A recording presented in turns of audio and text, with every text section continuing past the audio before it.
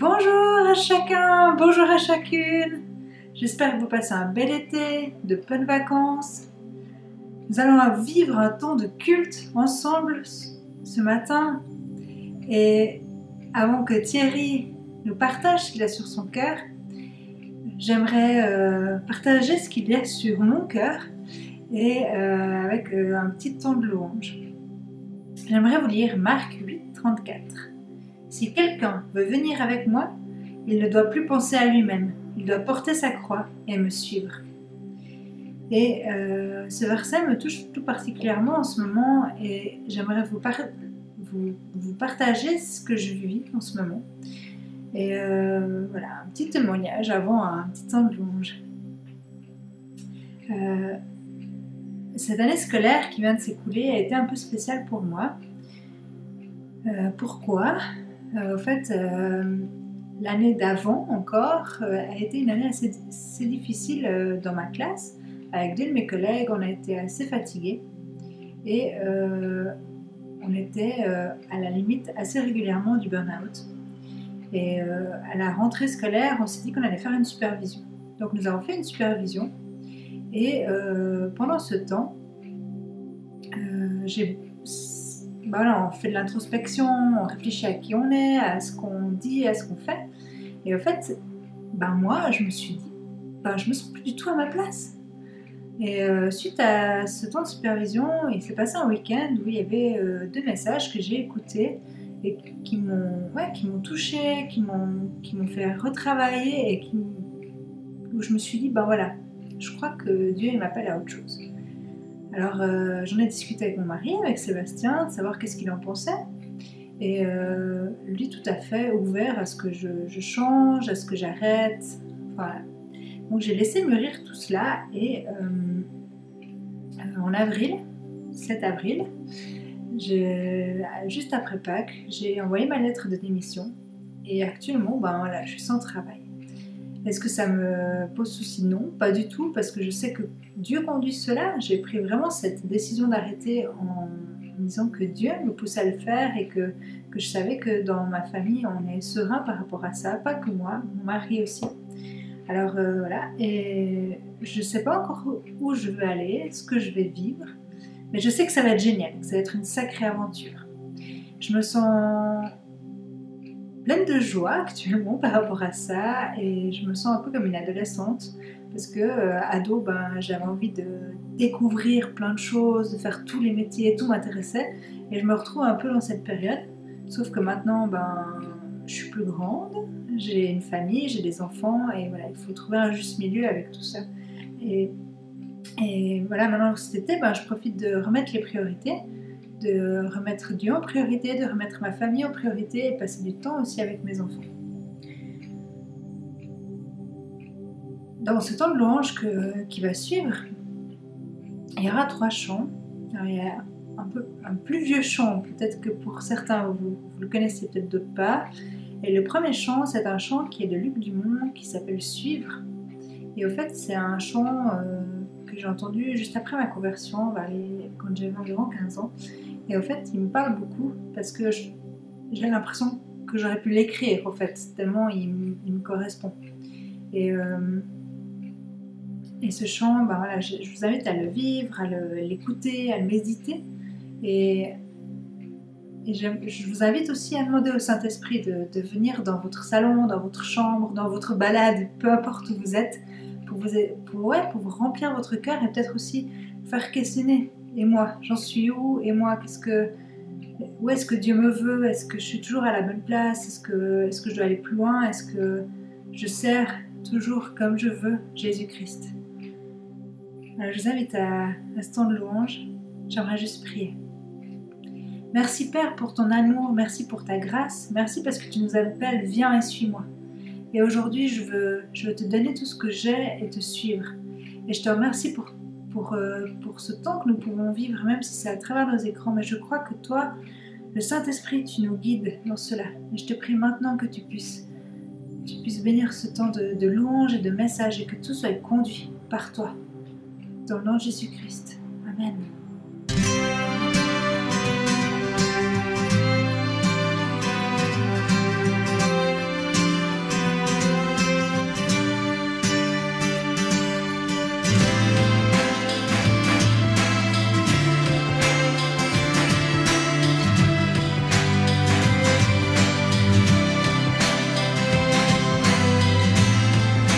donné le goût de vivre, la force de continuer. Je sais que maintenant je suis libre, je veux le raconter. Je sais que sans toi je suis vide, rien ne peut me combler. Ces illusions d'un monde aride, je veux m'en détourner, sachant que tu es là. Je m'appuie sur tes promesses jusqu'au bout. Je veux te suivre jusqu'au bout. Je veux te suivre jusqu'au bout. Je veux te suivre jusqu'au bout. Je veux te suivre.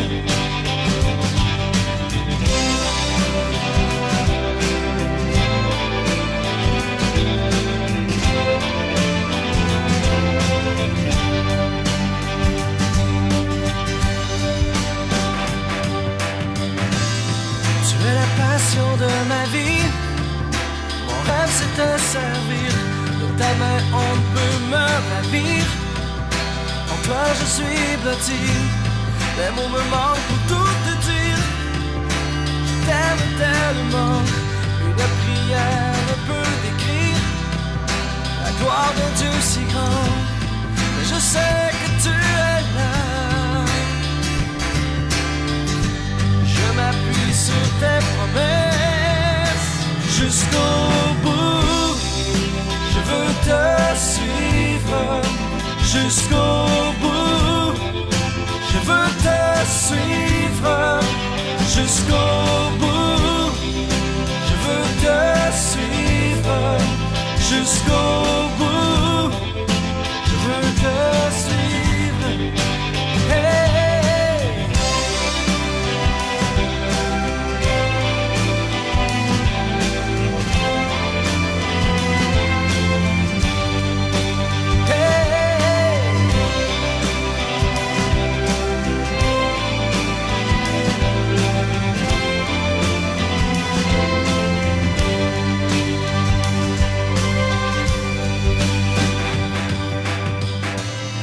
Tu es la passion de ma vie. Mon rêve c'est te servir. De ta main on ne peut me ravir. En toi je suis blotti. Tu m'as inspiré à te suivre. Sur le chemin étroit, je veux me consacrer à vivre. Les yeux fixés sur toi, je sais que tu es là. Je m'appuie sur tes promesses jusqu'au bout. Je veux te suivre jusqu'au bout. Je veux te suivre jusqu'au bout. Je veux te suivre jusqu'au bout. Je veux te suivre. Hey.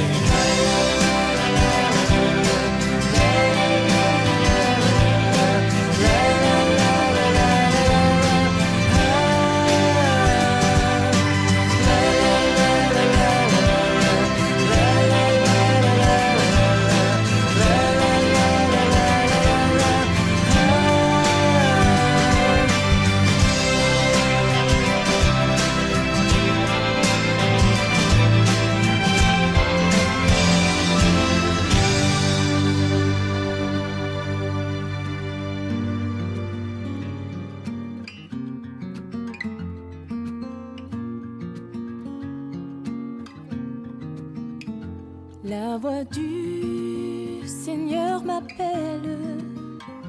Prends ta croix, viens et suis-moi. Je réponds, Sauveur fidèle, me voici, je suis à toi. Jusqu'au bout, je veux te suivre dans les bons, les mauvais jours. À toi pour mourir et vivre, à toi Jésus pour toujours.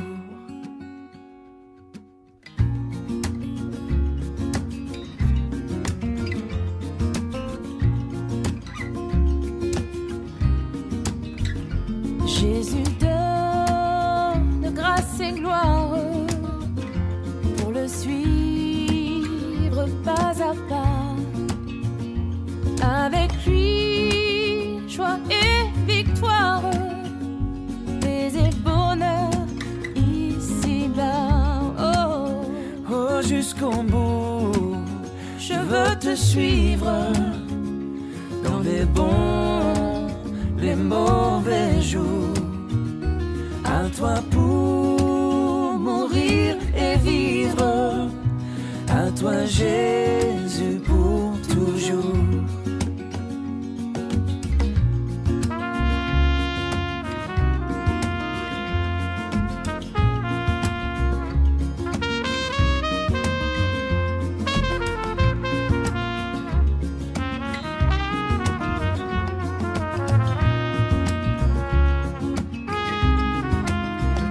Jusqu'au bout, je veux te suivre dans les bons, les mauvais jours. À toi pour mourir et vivre, à toi Jésus pour toujours. Jusqu'au bout, je veux te suivre dans les bons, les mauvais jours. À toi pour mourir et vivre, à toi Jésus pour toujours. Oui, à toi pour mourir et vivre, à toi Jésus pour toujours.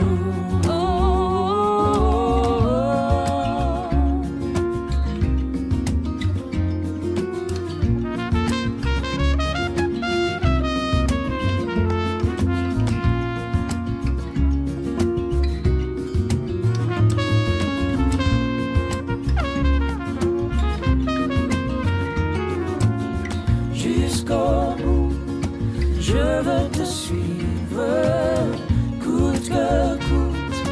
Je veux te suivre jusqu'au bout.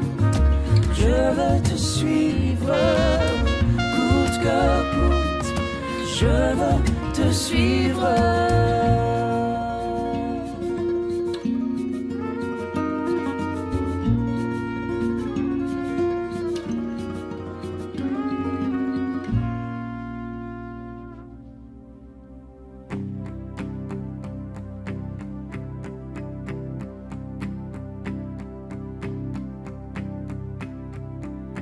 Dans la joie, quand le soleil m'inonde, sur les monts, ta présence abonde.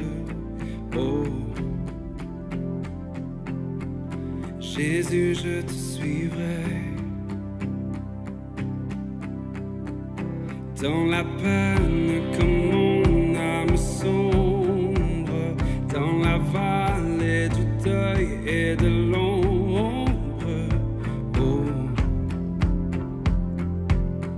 Jésus, je te suivrai, car tu es mort pour moi. Je vivrai pour toi. Tu t'es offert sans rien garder. Tu as souffert pour me sauver. Jésus, je te suivrai. Je t'aimerai plus que la vie. Te servirai malgré la vie. Oh.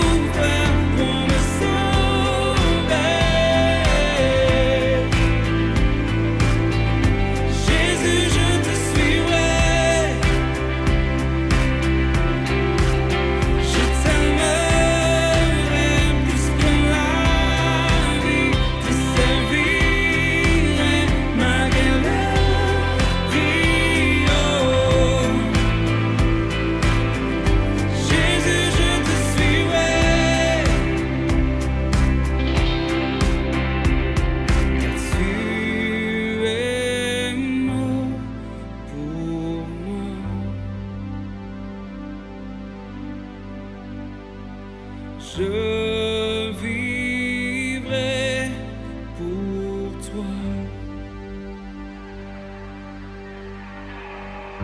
Car tu es mort pour moi, je vivrai pour toi. Je vivrai pour toi. Tu t'es offert sans rien garder, tu as souffert pour me sauver.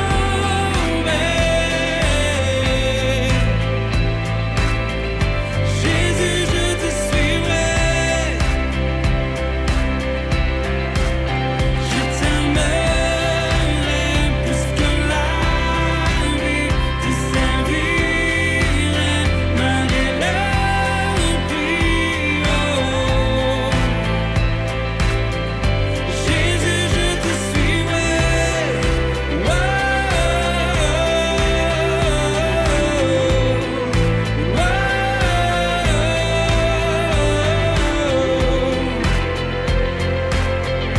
Jésus, je te suivrai. Jésus, je te suivrai. Oh. Jésus, je te suivrai. Mon Dieu, oh. Jésus, je te suivrai.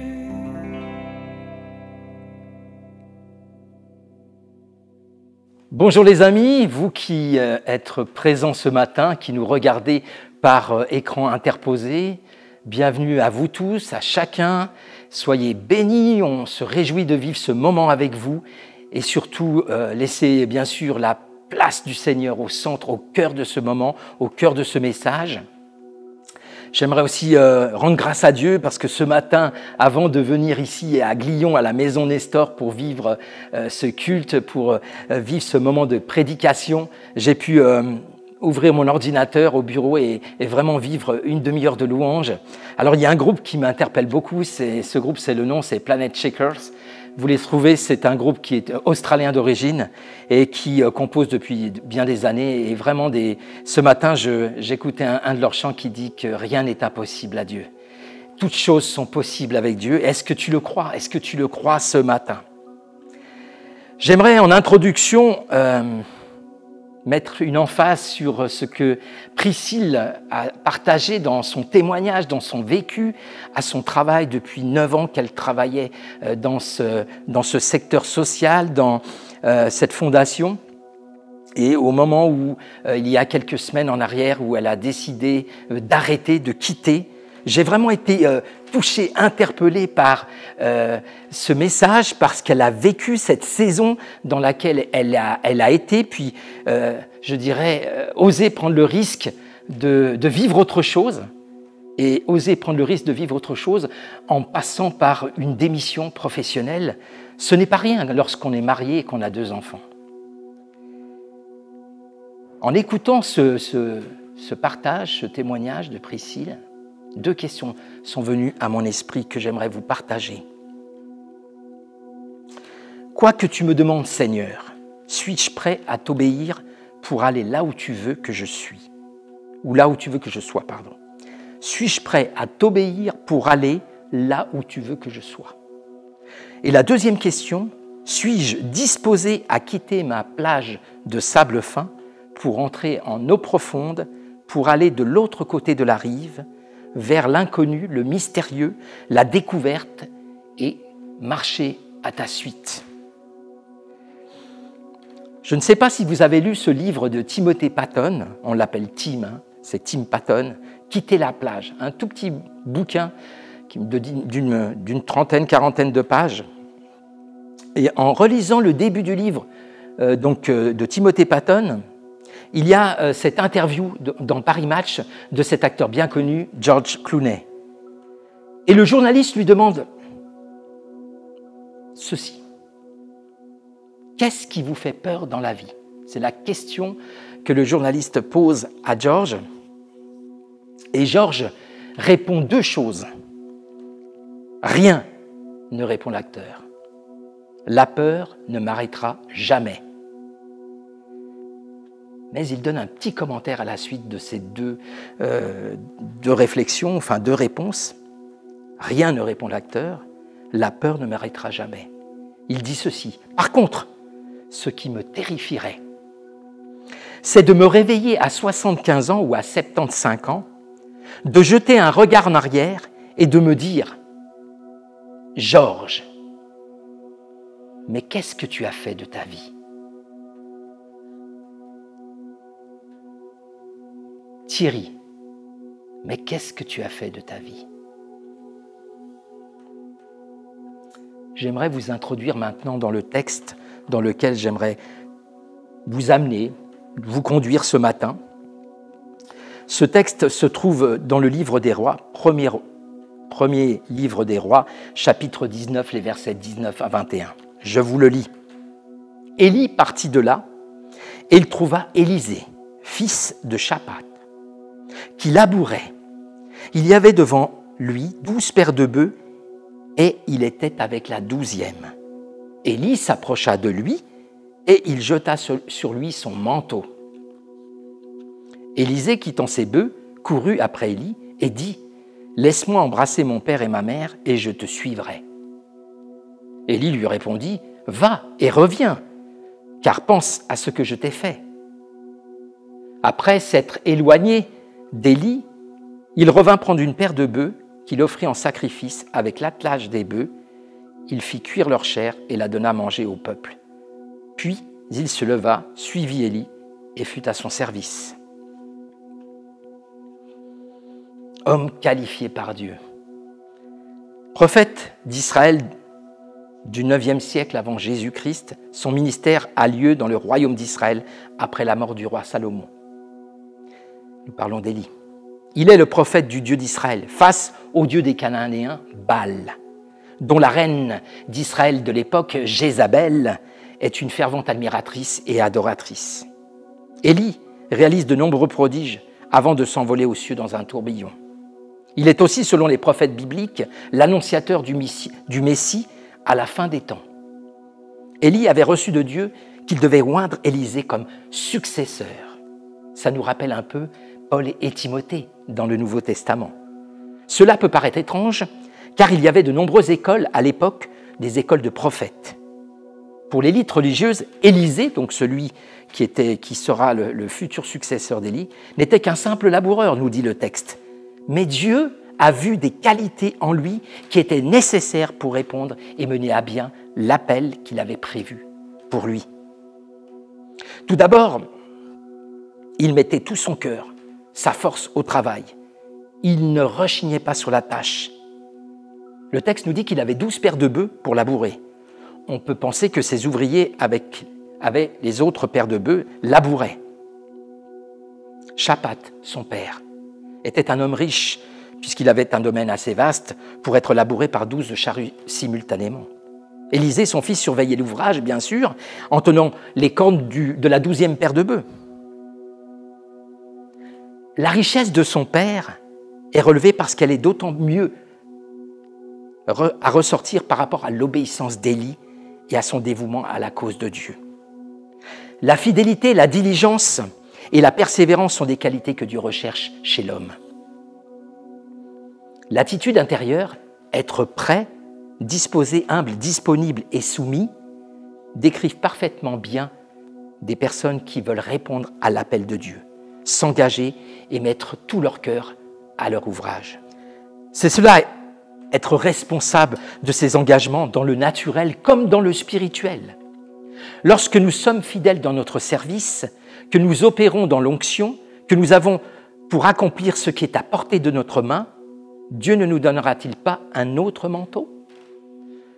Le manteau ne vient pas sur les personnes qui sont juste assises, attendant que quelque chose se passe dans leur vie. Il vient sur les personnes qui sont appelées par Dieu, qui se sont qualifiées pour la position et qui s'équipent au fur et à mesure de la marche. Comme tout appel, il y a un prix à payer. Celui de suivre, de renoncer à soi-même, de porter sa croix et de marcher à la suite du Christ.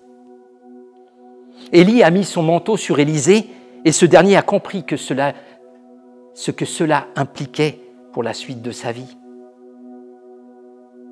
Élisée a suivi Élie après avoir brûlé l'attelage, le joug et la charrue qui lui fournirent le bois pour sacrifier la 12e paire de bœufs qu'il conduisait personnellement. Qu'est-ce qui a besoin d'être brûlé en nous? Quel attelage, quel joug, quelle charrue a besoin d'être consumé pour que nous puissions répondre à l'appel de Dieu? Nous puissions sans tarder suivre, renoncer, porter sa croix et marcher à la suite du Christ. Élisée sacrifia sa paire de bœufs pour son repas d'adieu. Il distribua la viande aux gens, à ceux de la maison, parents et serviteurs. Il est dit dans le texte au peuple, on peut penser qu'à ce moment-là, c'était vraiment la famille, les parents, les serviteurs qui étaient dans le domaine. C'était un banquet pour un adieu à sa vie passée. Il ne pouvait pas revenir en arrière. Ne naissons pas des éléments qui nous permettraient de faire un retour en arrière. Et je crois que, en brûlant l'attelage, le joug et la charrue, en partageant cette 12e paire de bœufs, qui était celle que Élisée avait pour travailler, il n'a pas laissé derrière lui quelque chose qui lui permettait de croire à un retour en arrière. Mais il a coupé court à tout ce qui pouvait être des éléments pour justement ce retour en arrière. Il a sacrifié cette paire de bœufs, il l'a partagée. C'est une rupture claire et nette avec son mode de vie actuel et qu'il avait. C'est une rupture radicale. Il détruit ce qui lui a permis de vivre jusque-là. Élisée renonce à son aisance, à son bien-être, à ce qui fait sa richesse pour se lancer dans l'existence d'un prophète. Élisée a répondu à l'appel de Dieu. Il n'a pas regardé à ce qu'il possédait et même pas à ce qu'il perdait. Ne regardons pas ce que nous possédons, ne regardons pas ce que nous perdons, mais obéissons, répondons à l'appel de Dieu. Dieu sait ce qu'il fait avec chacun de nous. Il est fidèle, nous dit sa parole. Il est bon. Il est riche même en bonté. Lorsque nous entrons dans l'appel de Dieu, lorsque nous obéissons à l'appel de Dieu, il est important de couper court à notre ancienne vie, à notre passé, et d'entrer dans cette nouvelle saison, celle de l'appel de Dieu, du projet de Dieu, des œuvres que Dieu a préparées d'avance afin que nous y entrions, que rien derrière nous ne nous laisse croire ou tendre à un retour.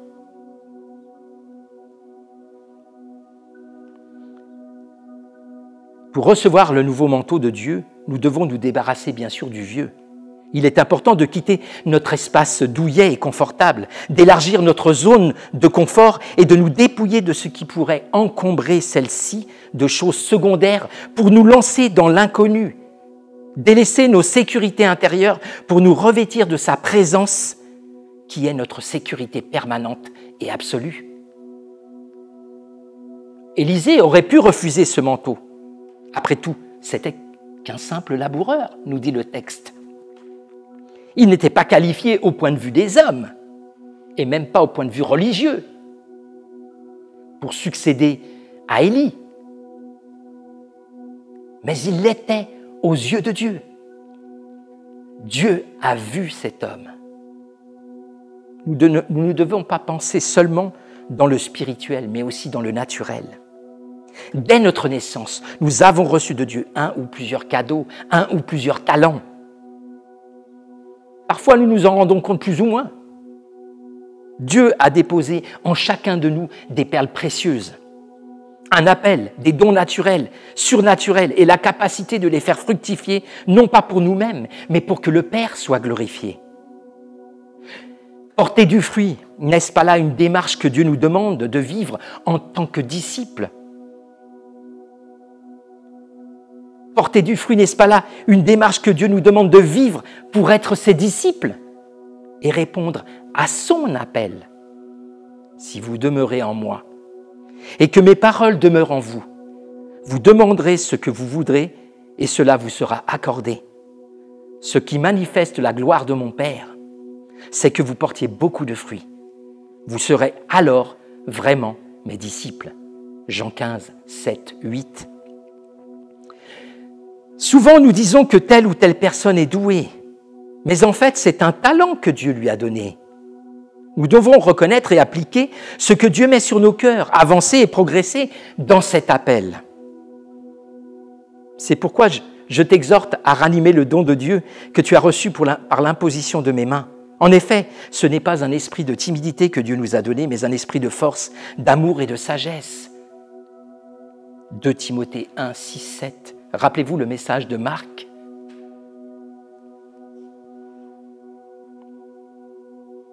Ne pas nous laisser troubler par ce qu'il pourrait nous demander, même si cela nous paraît fou, impossible sur le plan humain, inimaginable, voire incroyable, étonnant et même surprenant parfois. Ne nous laissons pas troubler et mettre en difficulté parce que Dieu pourrait nous demander. Ce qu'il fait, il le fait parce qu'il sait que nous en sommes capables. Et même si au départ, ça nous paraît dingue, fou, incroyable, il nous donnera, avec nos pas de foi, avec cette marche, cette mise en route, l'équipement nécessaire pour aller de l'avant, pour progresser, pour nous développer, pour grandir, pour maturer et pour ainsi répondre à l'appel de Dieu à être ses disciples. Le manteau est spécifique pour chacun de nous. Il nous ira comme un gant. Il ne sera pas trop petit, pas trop serré, pas trop grand ni trop large. Dieu ne va pas nous enfiler un manteau qui n'est pas à la bonne taille. Il tombera parfaitement sur nos épaules. Ce manteau nous ira merveilleusement bien parce que Dieu sait ce qu'il fait et c'est notre équipement pour la marche, pour que nous puissions être un témoin dans notre entourage, dans notre sphère d'influence et ainsi avoir un impact dans notre environnement social, familial et professionnel. Nous avons tous une sphère d'influence dans laquelle nous avons l'opportunité de mettre une emphase pour Dieu. Paul avait bien compris cela et il le dit aux Corinthiens dans la 2e épître au chapitre 10, le verset 13. Il dit ceci, pour nous, nous ne voulons pas nous glorifier outre mesure, mais seulement dans la limite du champ d'action que Dieu nous a assigné en nous amenant jusqu'à vous. Paul restait dans le champ d'action, la sphère d'influence que le Saint-Esprit lui avait assignée. Quel est notre champ d'action ? N'essayons pas de copier les autres, soyons nous-mêmes, soyons vrais, pas une copie ni une photocopie de ce que nous voudrions être, mais que Dieu ne nous demande pas. Ceux que nous regardons avec beaucoup d'admiration et de respect. Être soi-même est celui ou celle que Dieu veut, c'est bien mieux et bien plus confortable intérieurement. N'imitons pas ceux que nous voyons autour de nous. C'est vrai, il y a ce combat intérieur lorsqu'on voit un frère, une sœur, un ami, une personne qui a une telle qualité, un don, un talent, un cadeau. On dit, Seigneur, j'aimerais bien être comme lui, j'aimerais bien avoir ce talent, ce cadeau. Et en même temps, le Seigneur, il a autre chose pour nous, qui est aussi beau, aussi merveilleux, mais différent. Et c'est ça, la complémentarité, sur le plan des ministères, mais sur le plan des appels, sur le plan des équipes, sur le plan des églises, sur le plan des générations, des cultures. C'est cette diversification quelque part, c'est cette complémentarité. Chacun n'a pas le même talent, mais les talents mis ensemble, c'est juste incroyable. Nous ne devons pas nous comparer aux autres ministères, et même pas entre nous, et ainsi envier telle ou telle personne ou tel don. Car il y a un appel et une onction spécifique pour chacun de nous. Que ce soit sur le devant de la scène ou en arrière-plan. Moi, je suis sur le devant de la scène, Bunty est derrière la caméra. Mais j'en ai besoin pour que cette prédication puisse aller sur le site internet, sur YouTube, pour que vous puissiez l'entendre. J'ai besoin de Bunty, de ses compétences, de ses dons, de ses qualités. Il y a un appel et une onction spécifique pour chacun de nous, que ce soit sur le devant de la scène ou en arrière-plan. L'important est de répondre à cet appel, de se mettre en route, de se laisser équiper par le Saint-Esprit et de marcher à la suite du Maître. Et notre Maître, c'est le Christ, ressuscité. Alors que nous demeurons fidèles et reconnaissants, Dieu verra que nous sommes prêts pour une nouvelle onction, un nouveau revêtement, un nouveau manteau, un nouveau pas de foi dans notre marche chrétienne. Dans le naturel, un manteau nous protège du froid. Dans l'ancien temps, il indiquait le rang, le statut d'une personne, l'autorité qu'elle avait dans la société. Dans le spirituel, il représente la présence et la puissance du Saint-Esprit sur nos vies. Il symbolise l'autorité que nous avons face à notre ennemi. Dieu veut nous le donner pour vivre dans la plénitude et l'autorité, la puissance de Christ dans l'appel qu'il nous a confié. Ce manteau, il est là pour cela. Un manteau de puissance, un manteau d'autorité, mais aussi un manteau de sagesse, d'humilité, de grâce, de bienveillance. Nous avons tous reçu ce manteau. Nous avons tous le Saint-Esprit en nous, qui nous conseille, nous exhorte, nous reprend parfois, nous encourage, nous fortifie, nous guide, nous instruit, nous console même. Dieu veut nous revêtir de l'onction spécifique à notre appel. Cette onction va s'accroître au travers et en fonction du temps que nous passons avec Dieu dans la prière, l'étude de sa parole et la communion avec les frères. Ce n'est pas parce que nous avons reçu l'appel sur notre vie qu'il s'accomplira. Nous devons mettre tout en œuvre pour que cela se réalise. Il n'y a pas de raccourci. L'onction n'est pas automatique ni systématique, mais il y a un prix à payer qui ne pourrait être bon marché pour celui et celle qui décide de le vivre. Le théologien Dietrich Bonhoeffer nous rappelle qu'une telle grâce est coûteuse parce qu'elle nous appelle à suivre et que c'est une grâce parce qu'elle nous appelle à suivre Jésus-Christ. Elle est coûteuse parce qu'elle coûte sa vie à l'homme et c'est une grâce parce qu'elle donne à l'homme la véritable vie. Elle est coûteuse parce qu'elle condamne le péché et grâce parce qu'elle justifie le pécheur. Avant tout, elle est coûteuse parce qu'elle a coûté à Dieu la vie de son Fils. Et ce qui a tant coûté à Dieu ne peut être bon marché pour nous. Avant tout, elle est grâce parce que Dieu n'a pas considéré son Fils comme un prix trop élevé pour notre vie, mais il l'a livré pour nous. Marc 8, 34, texte que Priscille a cité. Là-dessus, Jésus appela la foule ainsi que ses disciples et leur dit « Si quelqu'un veut me suivre, qu'il renonce à lui-même, qu'il se charge de sa croix et qu'il me suive. » En conclusion, Élisée a pris le manteau d'Élie et il a pris la responsabilité qui allait avec. Il a passé du temps avec Élie, l'a servi, l'a observé, l'a regardé faire, comme Paul avec Timothée, le maître et son apprenti. Il est vraiment important pour chacun de nous de passer du temps dans la présence de Dieu, pour entretenir le feu de l'appel de Dieu dans notre vie et notre amour qui a toujours besoin de se réchauffer en nous pour ne pas qu'il devienne froid ou tiède. Entretenir le feu, n'est-ce pas là une bonne image, une belle image de notre relation d'amour avec Dieu ? Ne pas permettre à notre amour de s'effriter, de se lasser, de diminuer en intensité, en force et en chaleur, pour que notre appel soit une réponse d'amour à la vie de Dieu, au salut de Dieu. Et je terminerai avec ces deux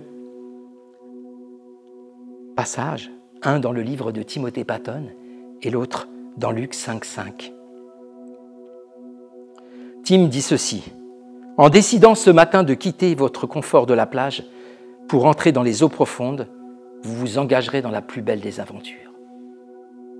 En décidant ce matin de quitter votre confort de la plage pour entrer dans les eaux profondes, vous vous engagerez dans la plus belle aventure. Simon lui répondit, « Maître, nous avons travaillé toute la nuit sans rien prendre. Mais sur ta parole, je jetterai le filet. Sur ta parole, Seigneur, je jetterai le filet. Sur ta parole, je répondrai à ton appel. Sur ta parole, je renoncerai à moi-même. Je me chargerai de ma croix et je te suivrai là où tu m'emmèneras, Seigneur. »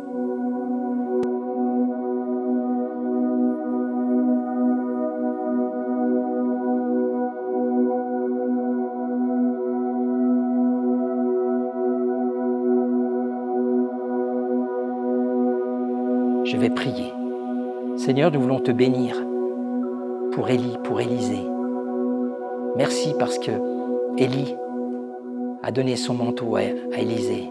Il a transmis la succession, comme Paul a été un maître incroyable pour Timothée, un référent, un modèle. Seigneur, tu es notre modèle en appel. Tu es notre modèle en humilité. Tu es notre modèle dans le fait de renoncer, dans le fait de porter ta croix. Toi, tu l'as plus que porté. Tu as été crucifié pour nous. Tu as porté notre péché, nos maladies, nos insuffisances, nos fragilités, nos limites.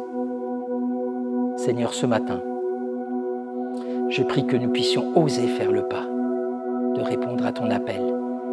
Il y a un prix à payer, c'est vrai, mais ce prix, c'est le prix de la grâce.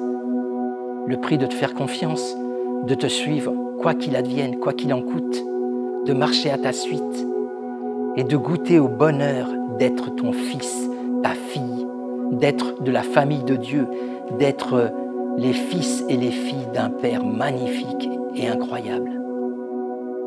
Seigneur, tu es notre modèle parfait de la réponse à l'appel de Dieu. Nous voulons, Seigneur, et nous désirons que tu brûles, que tu balayes en nous toutes les forteresses, toutes les pensées, tout notre passé qui pourrait ressurgir et nous empêcher d'entrer dans ton projet, dans ton appel, de nous empêcher d'utiliser les talents, les qualités, les dons, les cadeaux que tu nous as faits, Seigneur, qu'ils soient naturels ou surnaturels, de nous empêcher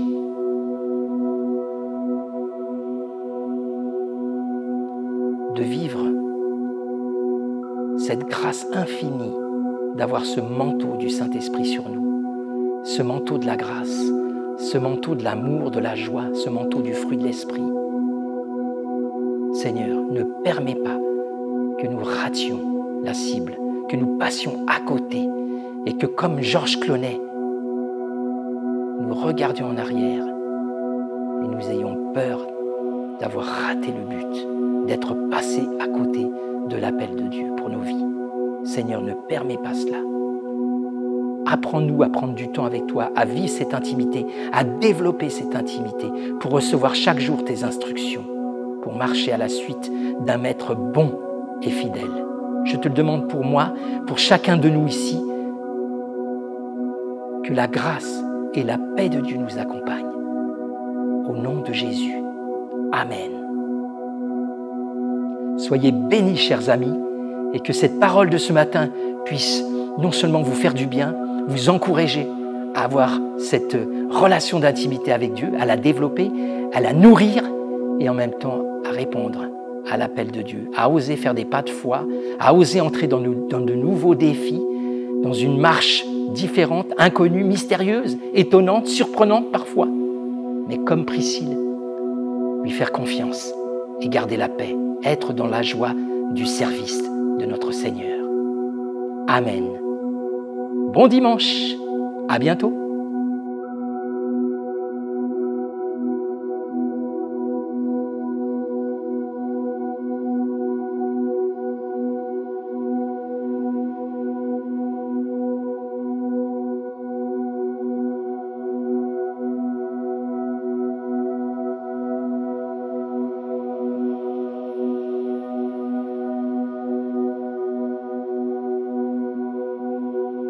Merci Thierry pour ton message. Il me faut maintenant vous donner encore les informations concernant l'offrande et ces informations vont s'afficher à l'écran.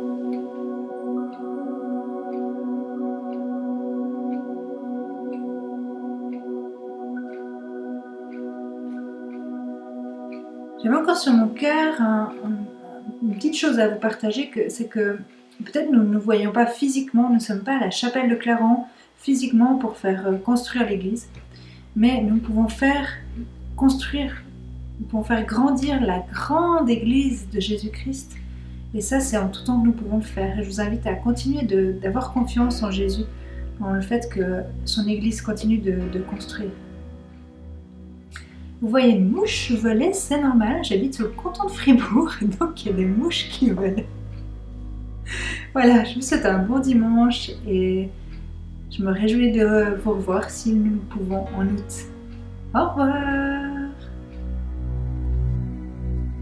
Dieu te bénit et te garde, il rayonne sur toi, il t'accorde sa grâce, ton Dieu se tourne vers toi, te donne paix.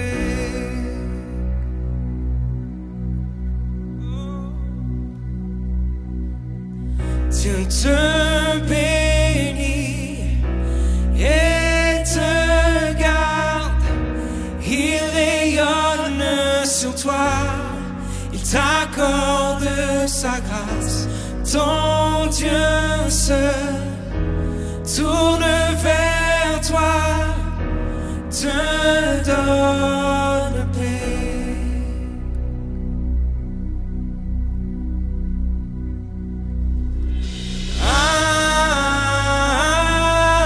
Amen, amen, amen, d'une seule voix.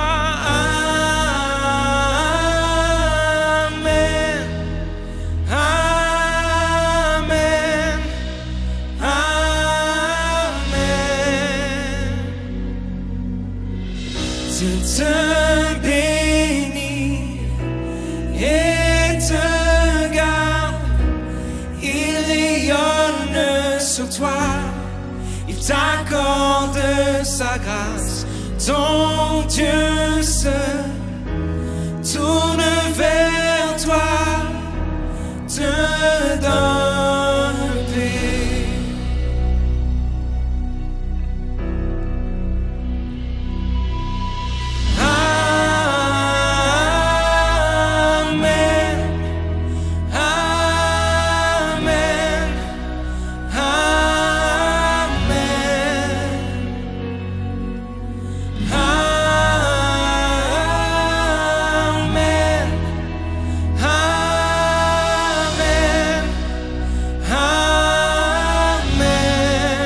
D'une seule voix,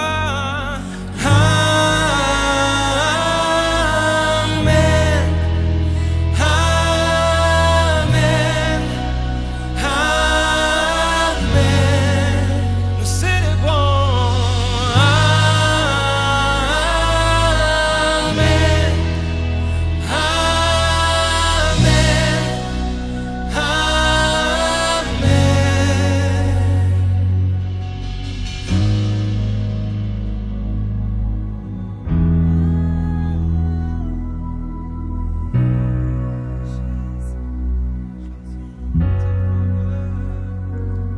Que sa faveur reste sur toi pour plus de 1000 générations, sur ta famille et tes enfants et les enfants de leurs enfants. Que sa faveur reste sur toi pour plus de 1000 générations, sur ta famille et tes enfants et les enfants de leurs enfants. Que sa faveur reste sur toi pour plus de 1000 générations, sur ta famille et tes enfants et les enfants de leurs enfants. Que sa faveur reste sur toi pour plus de 1000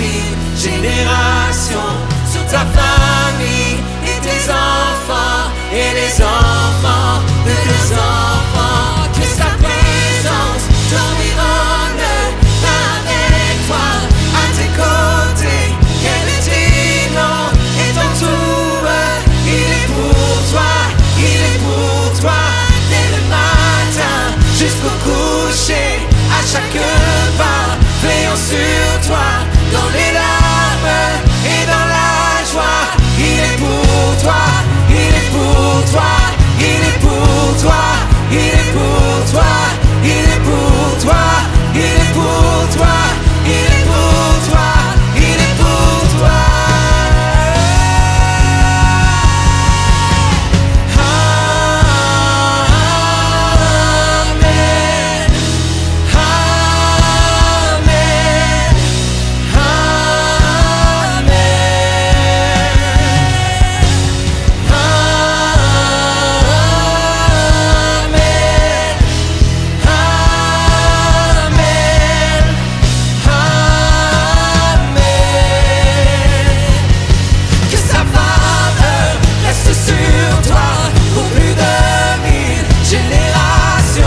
Sur ta